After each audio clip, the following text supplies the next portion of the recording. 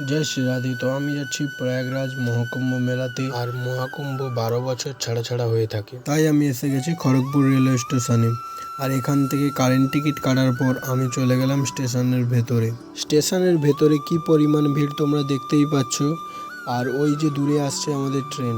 আর যা হোক করে ট্রেনের মধ্যে উঠে পড়লাম। ট্রেনের মধ্যেও 500 কোটি লোকের ভিড়। এখন এত পরিমাণ ভিড়ের মধ্যে একই জায়গায় বসে প্রায় 12 থেকে 14 ঘন্টা ট্রেনে জার্নি করে প্রয়াগরাজ স্টেশন পর্যন্ত যেতে হবে। 12 থেকে 14 ঘন্টা জার্নি করার পরে ফাইনালি পৌঁছে গেলাম প্রয়াগরাজ স্টেশনে। মহাকুম্ভে যাওয়ার জন্য স্টেশনের মধ্যেও কতটা পরিমাণ ভিড় সেটা দেখতেই পাচ্ছ।